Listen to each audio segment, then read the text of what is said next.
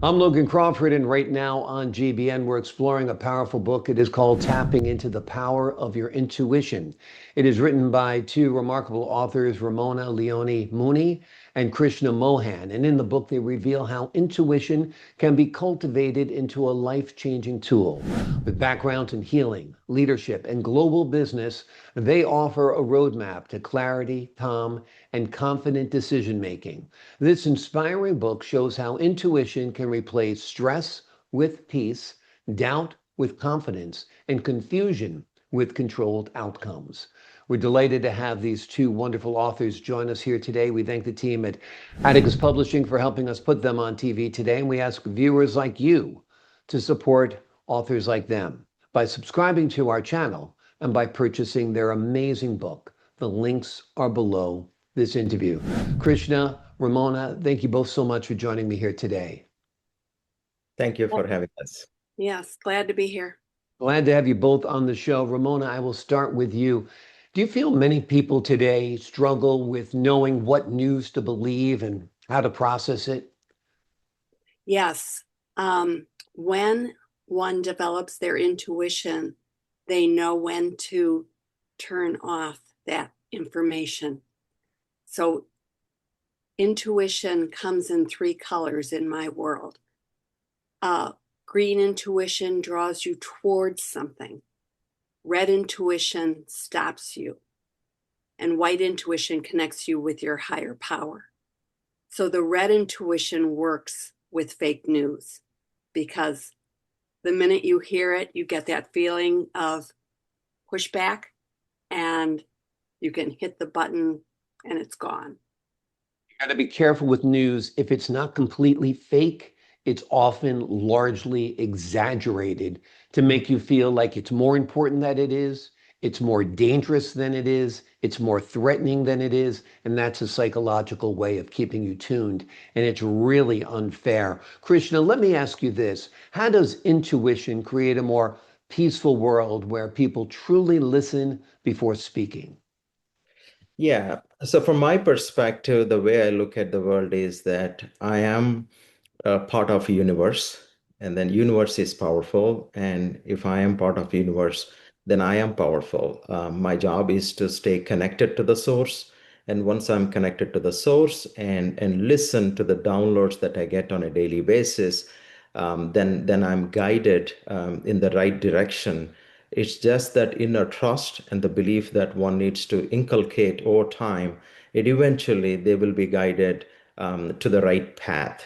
So no matter what kind of news we listen, what kind of things happen in the economy, what happens around the world, you will be guided, you will be safe, you will be secure, and you will know what's the right next thing. Ramona, intuition is often attributed more to women than men. We hear the phrase women's intuition, for example. Women tend to be more connected to their emotions, their feelings, at least historically.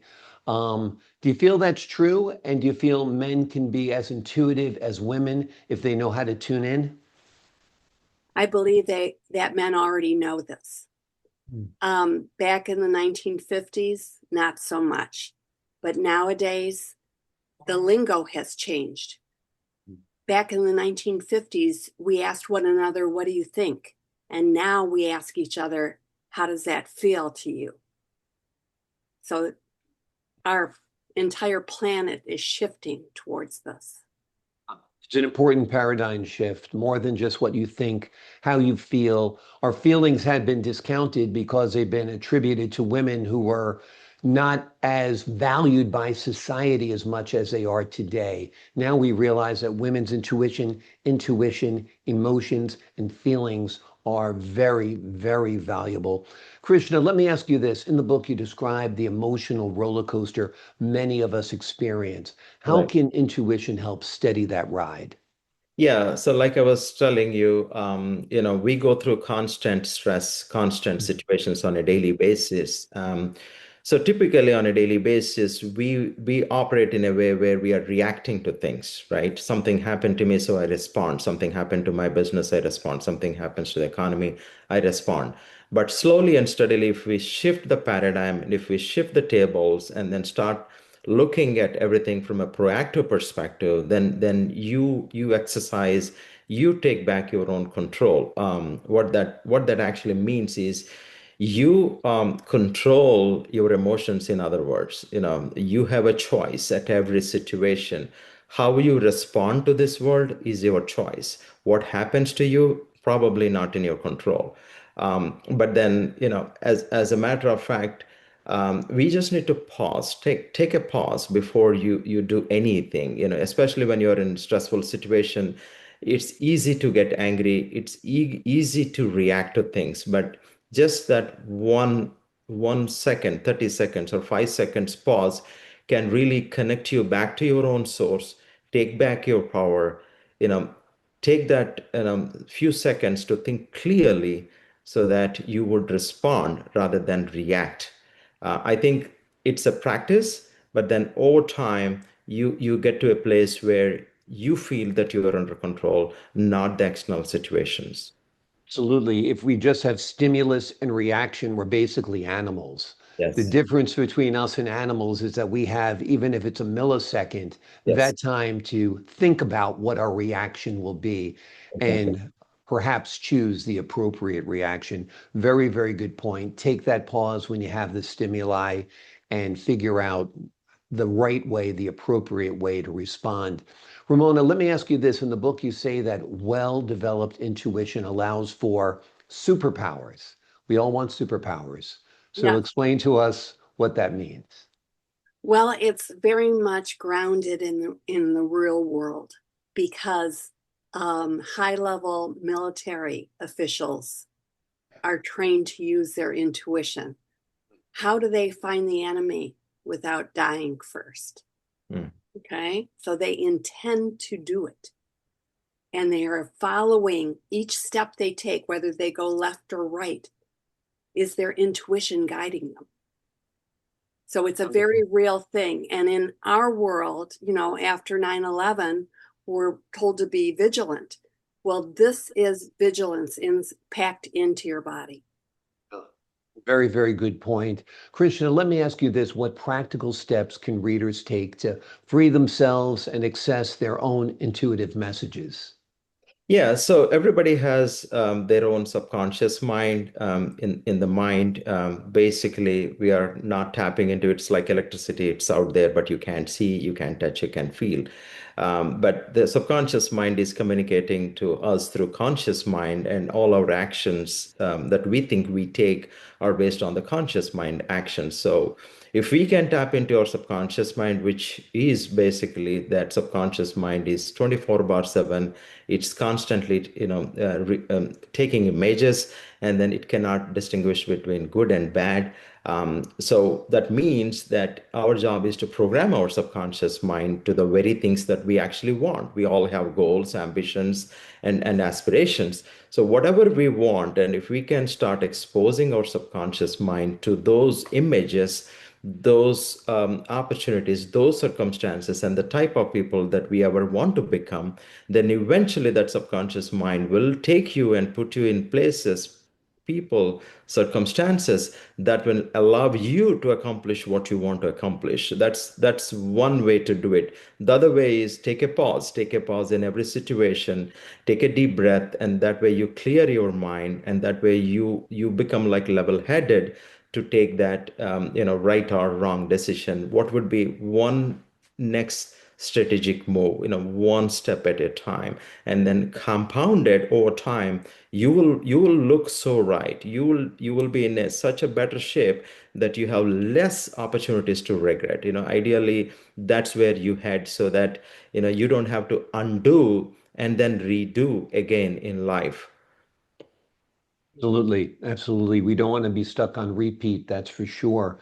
Ramona, let me ask you this. How can developed intuition replace quandary with controlled outcomes? Could you perhaps share an example of it in action? Yes. With my first career, I was an accomplished dressmaker, and I built it into a big business with TV advertising and a company van and 6 independent contractors. And we were booked 3 months in advance for 10 years in a row.